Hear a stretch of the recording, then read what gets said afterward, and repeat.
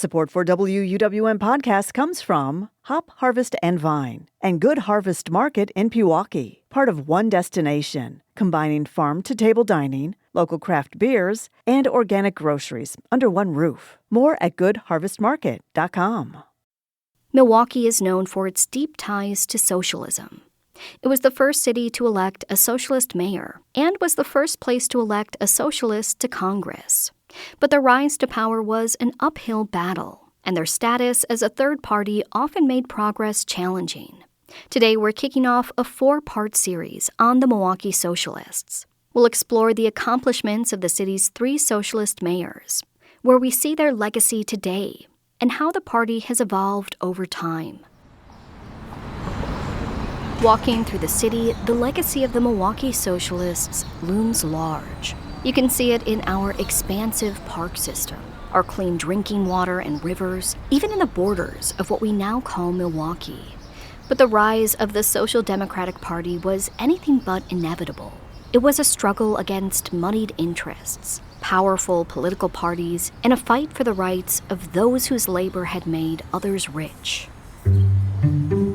The rise of the Milwaukee Socialists is the culmination of both local and global events that radically transformed how people lived and worked.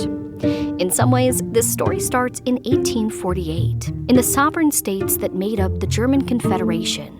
Milwaukee historian John Gerda explains. We were the most German city in America. Germans were a majority of Milwaukee's population as early as 1860.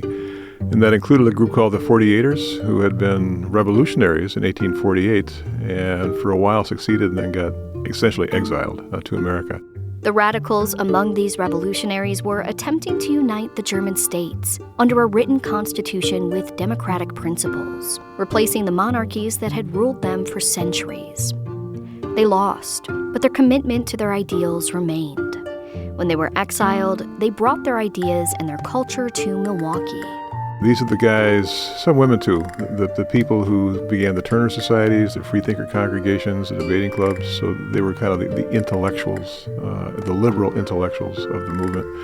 And they were the ones who brought with them Frederick Lassalle, Karl Marx, Friedrich Engels, the currents. There was very left-leaning currents in Europe at the time. By the mid-1800s, Milwaukee's immigrant community was rapidly growing. People were drawn to the city by the promise of jobs and relative freedom compared to their home countries. But there was something else gripping the city, the technological revolution. Milwaukee was quickly industrializing as the expansion of railroads and steam-powered engines allowed people, products, and ideas to travel quickly around the world. But this progress was only made possible through the brute labor of working people. Milwaukee in the 19th century is a rapidly growing, rapidly industrializing city. There's a time when Milwaukee was referred to as the machine shop of the world. As history teacher John Deisinger explains, these factories required a lot of bodies to operate. That heavy industry requires a huge amount of human labor, and the people working in these factories were often doing so under extremely difficult conditions. Low wages, long hours, and dangerous, sweaty, risky work. And as more and more immigrants flocked to the city, they were met by this reality. There was little government regulation on how factories could be run. And much like today, business owners wanted to pay as little as possible to keep their companies running. So laborers ended up paying the cost of these unsafe working conditions with their limbs and their lives. As these companies ballooned in size, the conditions facing working people sparked a global conversation among people drawn to socialism. Historian Ames McGinnis explains. They, like many other observers across the world, were deeply troubled by what they saw as the terrible effects of factories and other aspects of industrialism on people's lives, on their health, on their spirit. And so they saw these different parts of society as being integrated. It wasn't enough to win at the ballot box. Transformations need to take place in the places where people worked, in the places where they lived, in the places where they played. At the time, workers' shifts were often 12 to 14 hours long. The weekend didn't even exist. The weight of work was crushing people physically and spiritually. Led by the national labor organization Knights of Labor, many of Milwaukee's factory workers and laborers helped organize the 8-hour movement. They were fighting for an 8-hour workday and just 40 hours a week. By 1886, the movement had fomented into strikes and marches. The hours of work must be shortened. 8 hours for work, 8 hours for rest, and 8 hours to do what we will! Workers and labor activists marched toward the Bayview Rolling Mill, a moment commemorated every year with a reenactment of the events. These marchers were met by a militia. The militiamen had been called in by Governor Jeremiah Rusk, a Republican who had made it clear he was more concerned with the rights of the factory owners than the rights of the workers who toiled there.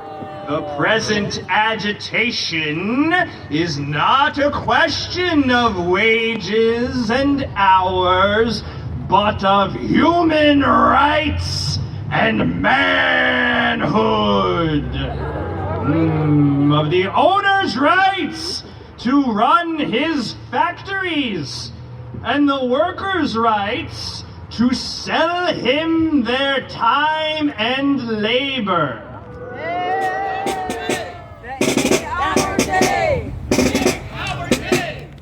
As the workers neared the mill, the shots rang out. The 8-hour day! At least 9 people were shot, killing at least 5. There is a shaking of faith in these institutions of government. You couldn't have wanted it to be more by the book, so to speak. These are people who literally assembled at St. Stanislaus Catholic Church, peacefully marched down to the rolling mills to demand something that was by no means revolutionary, and they were met with bullets. And so I think that left open a lot more working class Milwaukeeans to more strident, even radical ideas. Many Milwaukeeans were tired of a 2-tiered system that allowed the wealthy and powerful to extract wealth from the community, but punished working class people when they asked for their fair share. They were tired of dying for the sake of capitalism. And as the smoke cleared from the Bayview massacre, the Socialists saw a path forward to help mend this broken community. Here's Ames McGinnis. Socialists cared deeply about working class lives, working class people, and working class society more generally. And they saw the health and the power of working class people as important, not just for the working class, but for society and humanity more generally.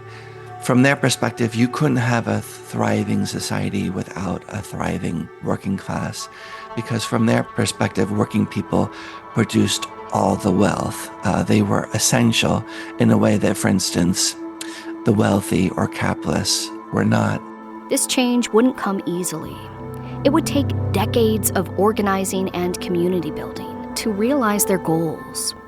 But they had a man for the job, Victor Berger. Socialists, under the leadership of Victor Berger, were extraordinarily good strategists. They found ways to create bonds between party and their voters. They developed very concrete proposals, platforms that promised tangible improvements in the city and in people's lives. Berger wasn't just a politician, but he was an influential journalist and publisher whose works helped spread the socialist message. He was a founding member of the Social Democratic Party of America and helped promote socialist candidates at all levels of government with a clear goal: ending the extensive corruption in the city of Milwaukee. John Deisinger explains. Milwaukee in the 1800s, and especially in the late 1800s, is an extremely corrupt city. The administration of the city worked essentially gleefully hand in glove with major industrialists. Almost anything that wasn't nailed down was up for sale to the highest bidder. The Milwaukee River became a disgusting open sewer because industries were just dumping all of their waste into it, along with the actual sewage from the city. Perhaps no one exemplified this corruption better than Mayor David Rose, first elected in 1898.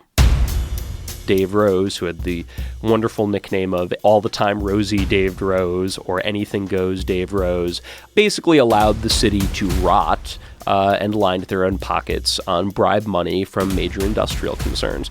Mayor Rose was known for turning a blind eye to illegal activities, including in the red light district that sat in the shadow of City Hall. There was prostitution there, gambling parlors, and all-night saloons. The Socialists wanted to clean up the city, both literally and figuratively. This grew out of this feeling that Milwaukee's working class was being preyed upon, was being almost parasitized by these people who worked them to the bone in industrial plants and then took what little they had in their wages back at taverns, at sporting parlors, at brothels, and that it was a city in which being a worker was a miserable life. The corruption boiled over into what would become known as the Boodling Scandal, with Mayor Rose in the center of everything. Here's John Gerda. Boodling's just graft. It means paying $5 for an alderman's vote, or it means aldermen, and they were all men back then. They helped themselves to public, coal, oats, horses. It was just anything went back in those days. All the time Rosie. He was the most corrupt figure probably in Milwaukee's history. During his administration, 276 grand jury indictments were returned against people who were in public office. Back then, Rose escaped, but he was described by the prosecutor as the self-appointed attorney general of crime in Milwaukee. In 1910, the stars aligned for the Socialists. The Democratic Socialists of America ran a full slate of candidates, including Victor Berger, who ran for U.S. Congress.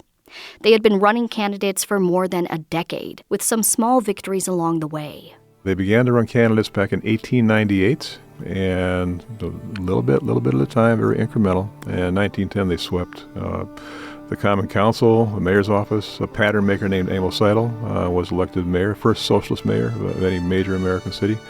Victor Berger went to Congress. So you really did have for a time, a clean sweep.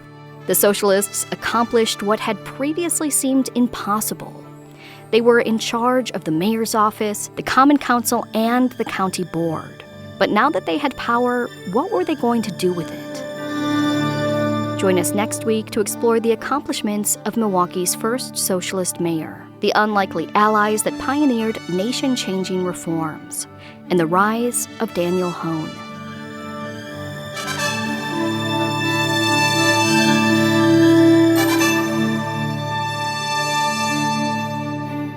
You just heard the first of our 4-part series on the Milwaukee Socialists. At WUWM.com, you can see examples of early socialist publications, along with campaign posters and leaflets.